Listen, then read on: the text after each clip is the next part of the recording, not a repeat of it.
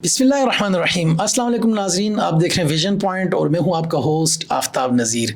आज हमारे साथ जो शख्सियत स्टूडियो में मौजूद हैं, गुज़िश्ता प्रोग्राम में भी वो तशरीफ़ लाए, जनाब अब्दुल्ला गुल साहब, और हमने वादा किया था कि हम बलूचिस्तान इशू पे एक स्पेशली प्रोग्राम करेंगे और हमारा इरादा है कि बलूचिस्तान, अफ़गानिस्तान, ईरान और ये जो हमारा जितना भी रीजन है इस पर हम एक सीरीज़ शुरू करेंगे।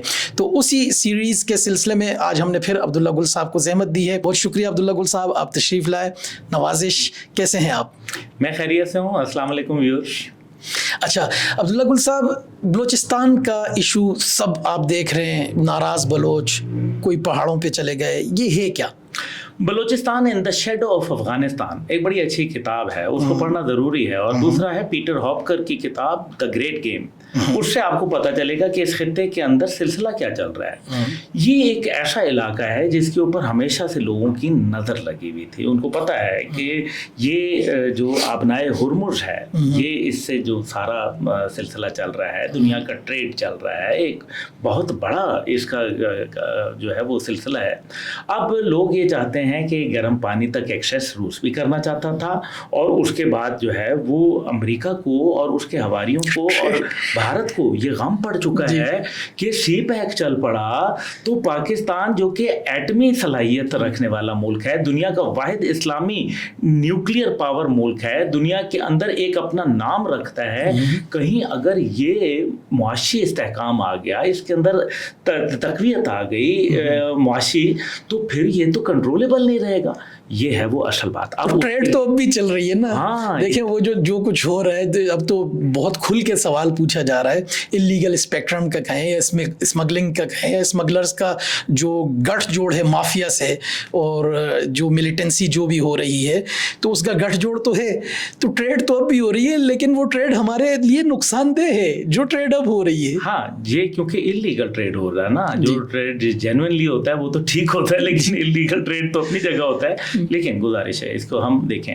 अब उन्होंने जब देखा, ख़ास तौर पे अफ़गानिस्तान से जब शिकस्त फाश खाई अमेरिका ने और उसके यारों ने, तो नतीजा ये हुआ कि वो पाकिस्तान पे फोकस कर बैठे। और अमेरिका को तो इतना नहीं, लेकिन इसराइल और हिंदुस्तान के लिए ये एक मौत का सामान था। उनको ये अंदाज़ा था कि पाकिस्तान एक न्यूक्लियर रियासत, क्योंकि दुनिया में दो वाहिद रियासतें ऐसी हैं जिनके पास कोई और खित्ता ज़मीन नहीं है। भारत के पास, हिंदुओं के पास भारत के अलावा नहीं, और इसराइलियों के, यहूदियों के पास इसराइल के अलावा कुछ नहीं। ठीक है। तो वो ये खतरा महसूस करते हैं स्टेट ऑफ पाकिस्तान से, और ये पाकिस्तान उनकी जिद है।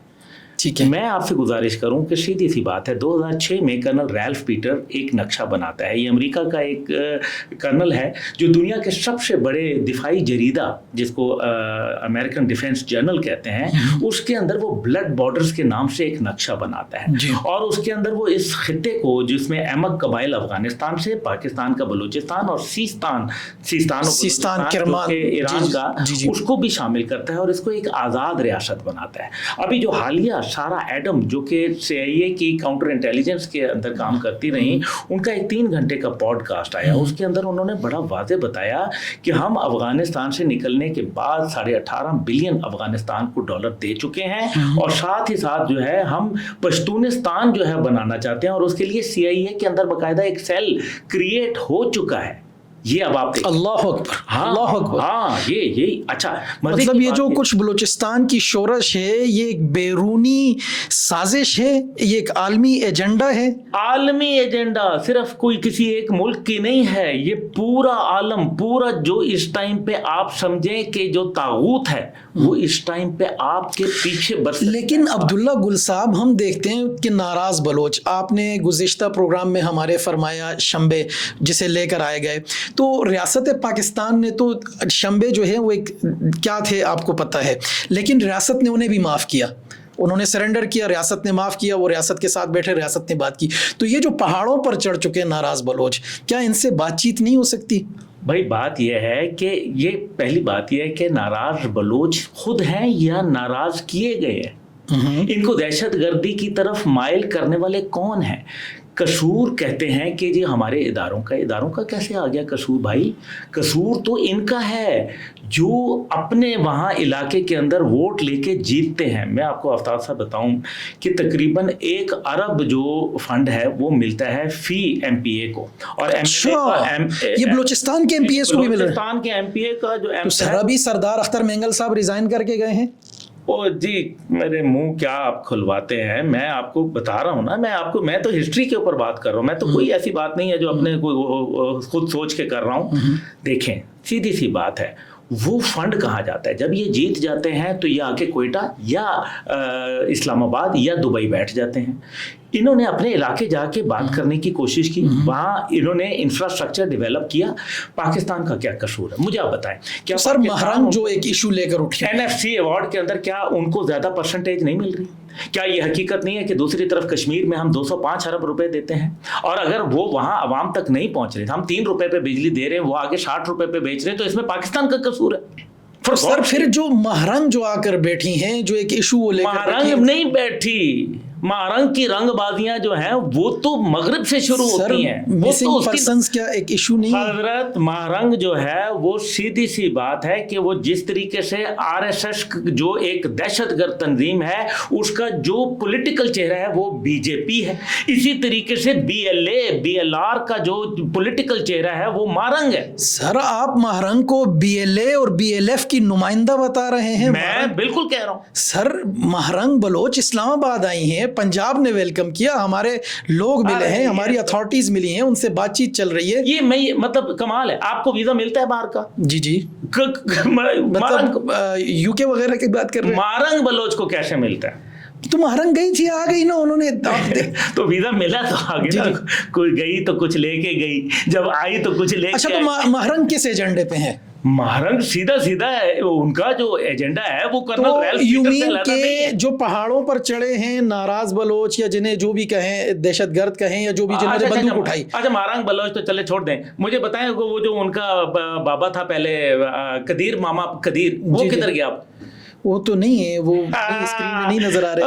मतलब महरंग ने तो मैं समझता हूँ सबकी पॉलिटिक्स खत्म कर दी, इसलिए अख्तर मेंगल साहब की कदीर से नहीं हुआ ना, मतलब उन्होंने देखा इस तेल में तेल नहीं है, जितना निचोड़ना था निचोड़ लिया नींबू को, अब महरंग है, कल को कोई और एक नया रंग होगा इसका। अच्छा, तो इस सब का हल क्या है? इसका हल बड़ा आसान है। इसका हल ये है कि सबसे पहले बलूचिस्तान के अंदर जितने भी पॉलिटिकल लीडरशिप हैं, देखिए अगर आप मेरे से सच्ची बात पूछेंगे तो इस बार जो इलेक्शन हुए उसके अंदर उन लोगों को शायद तहफ़्फ़ुज़ात हैं जो मुस्तकिल वहाँ जीतते आ रहे थे, उनका एक नाम था, वो हार गए। जो भी हुआ मैं नहीं उसके ऊपर बात करूँगा, लेकिन असल बात यह है कि वो भी इस बार नाराज़ हो गए। यानी कि एक तरफ तो BLA दहशतगर्दी कर रही थी, दूसरी तरफ पॉलिटिकली पाकिस्तान के खिलाफ नाराबाजी हो रही थी, और तीसरी तरफ वो पॉलिटिकल लोग जो कि हमेशा पाकिस्तान को सहारा देते थे, हमने जब उनको मेन स्ट्रीम पॉलिटिक्स से अलहदा कर दिया, जिस तरह से अभी आपने मेंगल साहब का जिक्र किया, वो जब अलहदा हो गए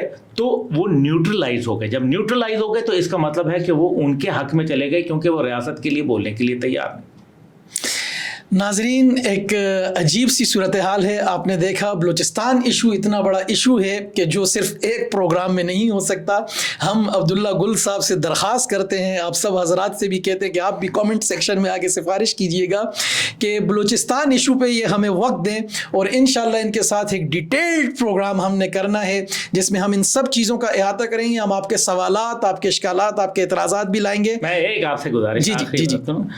ओ बाबा, बलूचिस्तान कहीं नहीं जा रहा, कोई नहीं होगा। ये कैसे हो सकता है कि 1.5 करोड़ की आबादी जो है वो 23.5 करोड़ आबादी का जो है वो कहे कि 23.5 करोड़ आबादी चाहती है कि बलूचिस्तान, और उसमें भी क्या उसमें बरोही नहीं मौजूद, क्या उसके अंदर पठान नहीं मौजूद? ओ बाबा, ये चंद लोग हैं, बड़े अच्छे लोग हैं, we should respect the Baloch, हमें उनको इज्जत देनी है, उनके साथ मामलात करने हैं, और इसको सिर्फ अफवाज ने नहीं करना, इसको रियासत के जो बाकी मैंने और आपने भी क्या हुकूमत اور عوام سے عوام کا کانٹیکٹ جب تک نہیں ہوگا، یہ جان بوجھ کے ایک سازش ہے، یہ اپنے موت خود مر جائے گی. کچھ عرصے کی بات ہے، آپ کو نظر آ جائے گا انشاءاللہ تعالیٰ. بلوچستان کہیں نہیں جا رہا، پاکستان کا حصہ تھا، ہے اور رہے گا انشاءاللہ. انشاءاللہ. بہت شکریہ عبداللہ گل صاحب، آپ تشریف لائے، اور ہم اللہ تعالیٰ سے دعا کرتے ہیں کہ اللہ تعالیٰ ہمارے اس ملک کے مسائل حل فرمائے اور ہم سب باہمی اتحاد و محبت سے رہیں. ناظرین جڑے رہیے، دیکھتے رہیے ویژن پوائنٹ.